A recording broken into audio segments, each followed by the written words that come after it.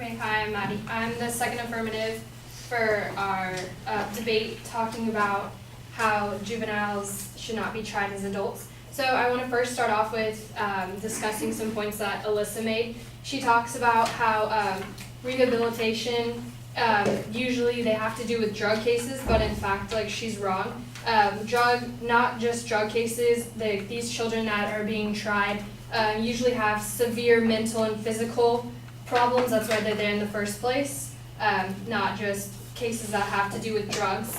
So these children need help, and they don't need to be in a prison with people that aren't their own age. They're going to be, if they are placed in a prison, they're going to be with people that have committed even more serious crimes, and so they're not going to be taken as seriously when they need assistance going to rehab in situations like that. From the Times, it says that recent research demonstrates that transforming children from juvenile court to adult court does not decrease radicism, and in fact actually increases crime. The children are uniquely positioned to reform redemption. Juvenile detention facilities generally have these programs to place in aid and process of reformation.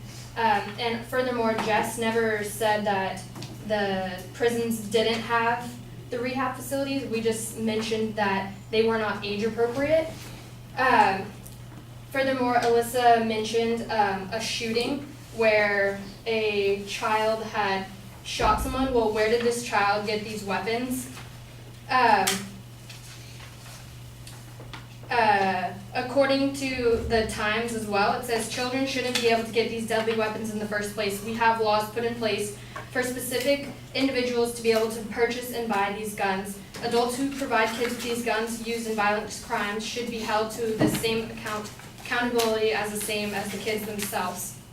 So Alyssa makes a point, but how can we try a child for having a gun in a situation like that when they should have never had one in the first place? Someone else needs to be held responsible for the actions.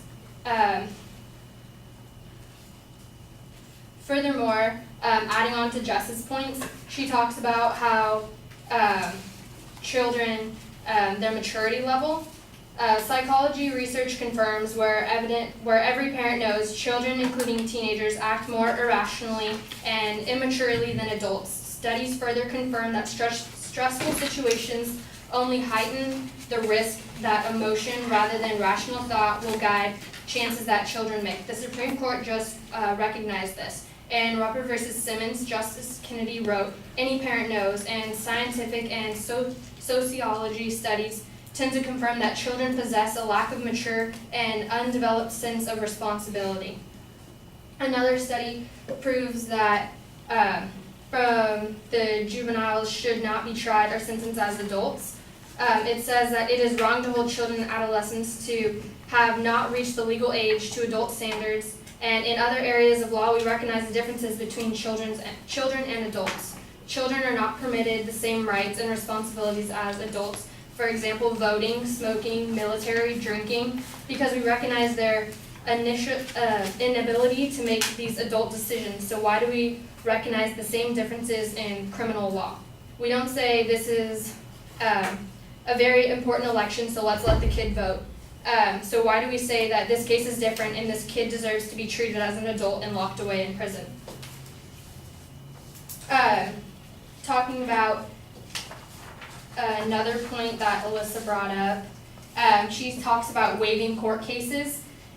And from research that I studied, talking about delinquent cases waived to criminal court from 2008, it says from between 1985 and 2008, the proportion of waived cases, including males, decreased from 95 to 91%, but that's only 4%.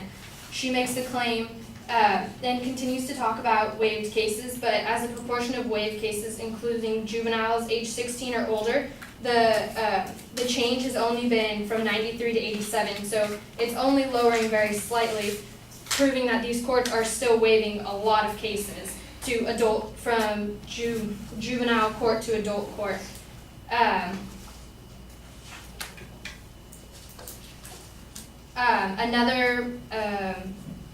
supporting evidence for waived cases. It says in 2008, person offense cases involving males were more than 4 times as likely to be judicially waived as those involving females. Patterns in the likelihood of judicial waiver for males were similar to those of females across general offense categories. For example, the likelihood of a judicial waiver for drug offense cases involving males increased substantially from 1985 to 1991, which is from 1.1% to 4.4%. And judicially waived drug offense cases involving females allowed the same pattern, increasing from 0.7% in 1985 to 2.5% in 1991.